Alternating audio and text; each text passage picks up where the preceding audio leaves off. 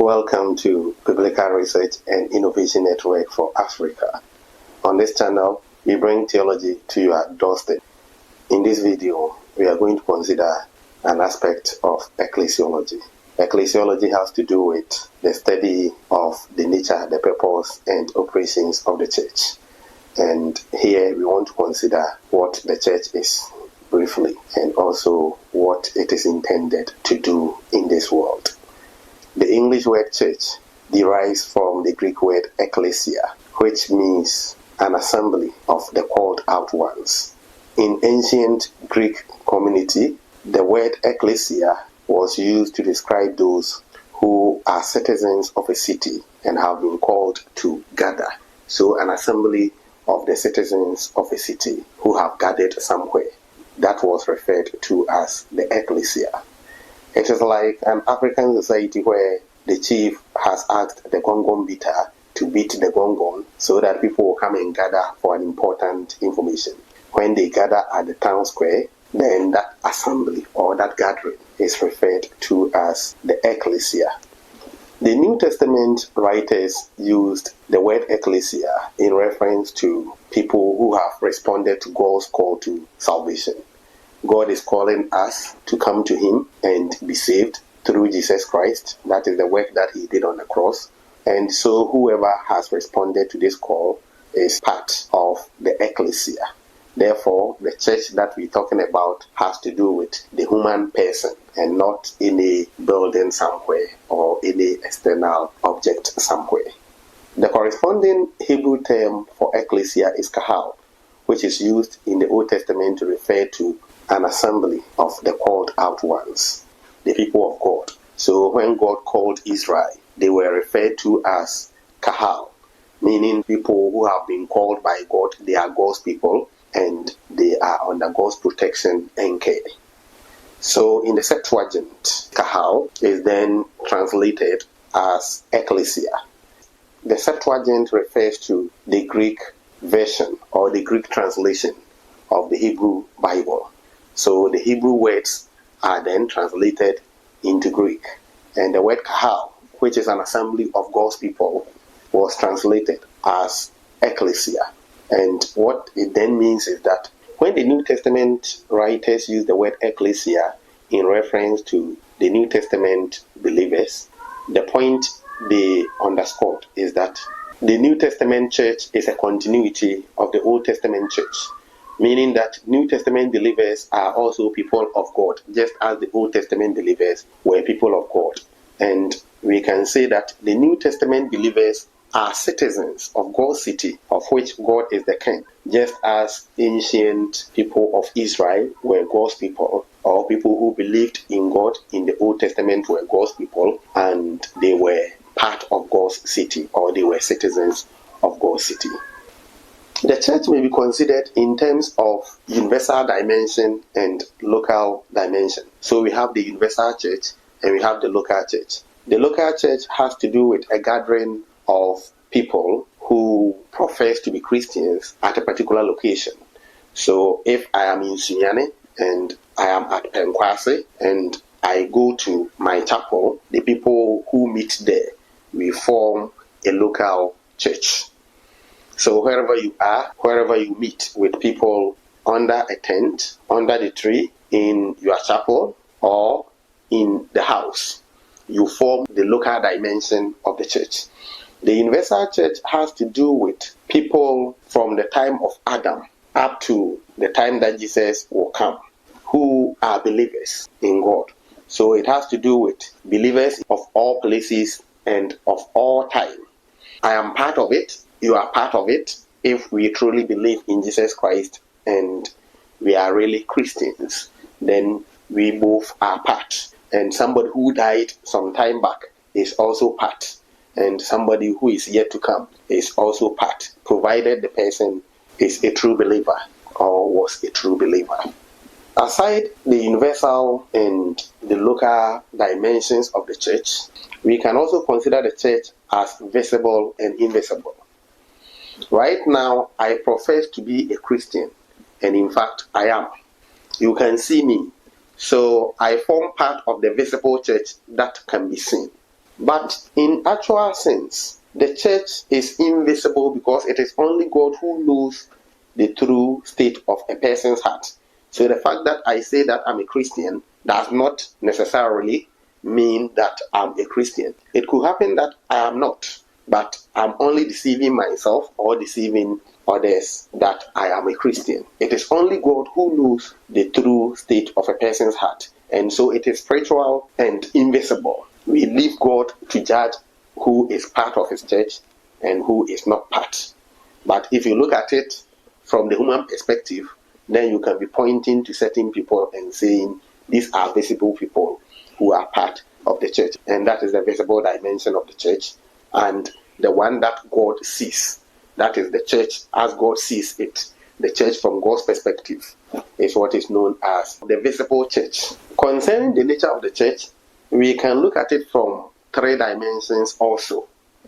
We have the church triumphant, we have the church militant, and we have the church expectant. The church triumphant has to do with people who were believers and have died. So dead saints or dead believers.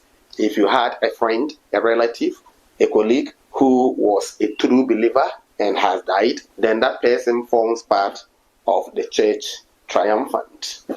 Then we consider church militant. The church militant refers to people who are living and are believers. So living believers, they are like military people. They are fighting against what the world wants them to do, which they don't have to do. And so they are church militant. The church triumphant, they have been victorious. And that is why we use that word. Then we have the church expectant. The expectant dimension of the church has to do with people who are yet to believe. It could happen that the person is currently living or yet to be born into the world. As far as the person is yet to believe, the person is part of the church expectant. We are expecting them to join the church. So next Sunday, if you go to church, or today, if you speak to somebody about the gospel and the person believes, the person used to be expectant, but having believed, the person becomes part of the militant. So you can be adding on to the church militant, or you can be moving people from church expectant to militant as you speak to them about the gospel, and by the grace of God, they are saved. So we have yet to be born people to be added, and people who are living and they are yet to join the church. These three dimensions of the church may be compared to the African perspective on family. If you look at the African traditional system of family, it is the extended family. It goes beyond the nuclear family, which is simply parents and their children. In the case of the traditional African extended family, we have grandparents, we have parents, we have children, we have nephews, we have uncles, aunties, and so on and so forth. But that is not the only aspect of the extended family. People who have died, our ancestors, are part of our family. And so if you compare that to the nature of the church that I just outlined, then our ancestors who were part of our living family but have now died will be seen as the church triumphant, or the family triumphant, the family that has now become living dead. Then we come to those of us who are living, as I mentioned, grandparents, nephews, uncles, aunties, whoever is part of our family, whoever is related to us by blood, both from the father's side and from the mother's side. We put them together, and that corresponds to the church militant. These ones are living. Then we have the yet to be born. So the children that I'm yet to give birth to, you are yet to give birth to, even your grandchildren, they are all part of your family. So it seems that the traditional African family system prepares the African believer to appreciate the three aspects of the church. What are the functions of the church? For which reasons does the church exist? I will give at least three reasons why the church exists. The first one is to evangelize the world. That is to preach Christ to the unreached, that is unbelievers. So the church exists to preach the gospel to unbelievers so that through the grace of God they may believe. In Matthew chapter 28 verse 19 to 20, Jesus charges the church to go to all nations and make disciples. That is a key aspect of the church's role, making disciples of all nations. And we cannot make disciples of Christ without preaching the gospel.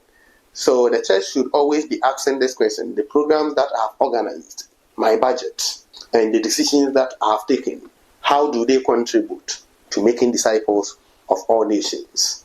Any church that is not intentional about disciple making cannot be effective in that endeavor. Again, any church that is not disciple making oriented has lost its value, because Jesus wants us to expand the kingdom through disciple making. Therefore, it is important for all churches to be involved. It is not one church that must do it, and it shouldn't be in a particular month. It should be all the time. In all that we do, there should be that kind of intentional disciple making attempt. The second one is to nurture believers, to edify believers. Haven't converted people to Christ through evangelism, the people in the church who are now Christians must be nurtured. They must be taught all that Christ has taught us, and they must be taught how to walk with Christ. That is not the only thing. They should also be equipped to make disciples themselves. And so Paul will say in 2 Timothy chapter 2 verse 2 that what Timothy has received from him, he, that is Timothy, should also pass it on to other people who will be able to also pass it on to the next generation or other people as well. What that means is that there should be that kind of multiplying or rippling effect when it comes to discipleship. You have discipled somebody, that person should disciple others, whilst you also continue to disciple others, so that within a short time there will be a lot of converts, there will be a lot of disciples of Christ. The nurturing process requires us to meet in the church so that we build one another's faith through our interactions. It also requires us to be intentional about the teaching ministry among other ministries. Teaching is key. Christians must be taught how to live as Christians. When you look at the contemporary society, especially Africa, a lot of Africans profess to be Christians, yet the impact is not that felt. And so people are asking, is Christianity the problem? Is Christianity not good? Should we go back to African traditional religion? For me, the problem is not with Christianity, but the problem is that our teaching ministry has not had that impact on our people so that they practicalize their faith. My point is that the teaching ministry must lead to a change in behavior, a change in our attitude, a change in our ethics and our decision making, both in private and public life.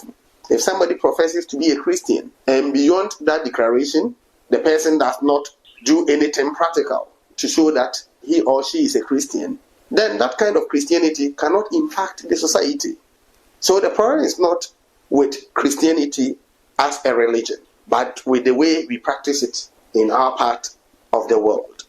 My encouragement is that Christian leaders, pastors, should teach their members to add practicality to their private spirituality. If you say you are spiritual, you don't have to bribe somebody. The spiritual person should not litter the environment. The spiritual person must have positive work attitude, and so on and so forth. The third function is to glorify God. Glorifying God is very important, and this should be demonstrated in all that we do. God has given the church diverse gifts, and these gifts must be used to the glorification of God. God does not share his glory with anybody, and so in all that we do as believers, he expects us to give glory to him. Joseph did something which is worth emulating. And this is found in Genesis chapter 41, verse 16. When Joseph was called to come and interpret Pharaoh's dream, he said that he doesn't have the interpretation, but God will give it. Meaning, it is God who is behind his abilities, and glory should ultimately be given to God. Whatever the church is doing, that must be the posture. The church's activities, decisions, and all that happen must end up glorifying God.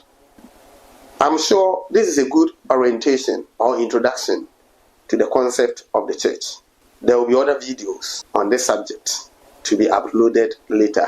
And so I do encourage you to subscribe if you have not already subscribed, and to press the notification bell so that you can have updates when new videos are uploaded. God richly bless you. Bye for now.